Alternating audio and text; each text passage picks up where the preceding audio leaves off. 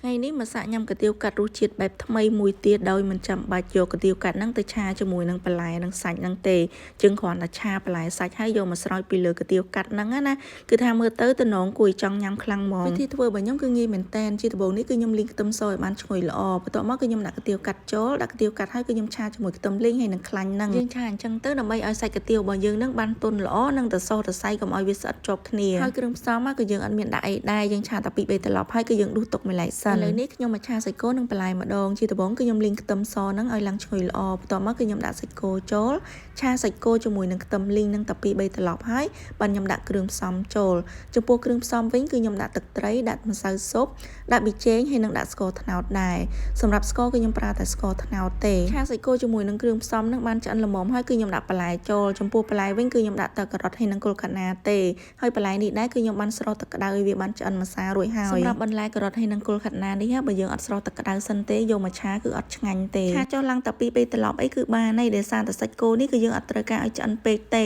រីឯបន្លែវិញគឺយើងបានស្រោចទឹកក្តៅម្សៅឆ្អិនរួចហើយឥឡូវនេះឆាសាច់និងបន្លែរបស់ខ្ញុំគឺបានឆ្អិនរួចរាល់ហើយបន្ទាប់មកគឺខ្ញុំដួសដាក់ចានគឺខ្ញុំដួសស្រោចពីលើកាទៀវកាត់មិញហ្នឹងសាច់និងបន្លែដាក់ស្រោចពីលើកាទៀវកាត់យើងនឹងឲ្យច្រើនទៅមើលទៅទំនងមែនតែនសម្រាប់មួយមុខនេះយើងអាចធ្វើជាអាហារពេលព្រឹកក៏បានជាអាហារសម្រន់ញ៉ាំលេងពេលរសៀលអីក៏បានដែរហើយបើយើងធ្វើញ៉ាំពេលបាយអីក៏បានដែរមួយមុខនេះគឺញ៉ាំជំនួសបាយហ្មងបងប្អូនបើញ៉ាំបាយយើងញ៉ាំកាទៀវកាត់ខ្លះអញ្ចឹងទៅកាត់បន្ថយការញ៉ាំមីណាបងប្អូនដោយសារតែយើងញ៉ាំមីច្រើនពេកក៏អត់ល្អដែរធ្វើអញ្ចឹងឲ្យក្មេងៗញ៉ាំខ្លះទៅដើម្បីឲ្យគាត់កាត់បន្ថយការញ៉ាំមីអញ្ចឹងណាជៀនពងទាដាក់មួយគ្រាប់2គ្រាប់អីទៀតមកកាន់តែតំណងទៀតឯនេះនិយាយទៅឆ្ងាញ់ហ្មងហើយអ្វីដែលមិនអាចខ្វះបានចុងក្រោយនោះគឺទឹកម្ទេសហើយនិងម្ទេសឆានឹងតែម្ដងណាបងប្អូនដាក់ម្ទេសឆាហើយនិងទឹកម្ទេសទៀតមកកាន់តែតំណងហើយនិងកាន់តែឆ្ងាញ់ទៀតហើយគឺបង្កើនរសជាតិអញ្ចឹងណាអញ្ចឹងវីដេអូរបស់ខ្ញុំក៏មានតែប៉ុណ្្នឹងដែរអរគុណច្រើនជួបគ្នានៅវីដេអូក្រោយៗទៀតជម្រាបលា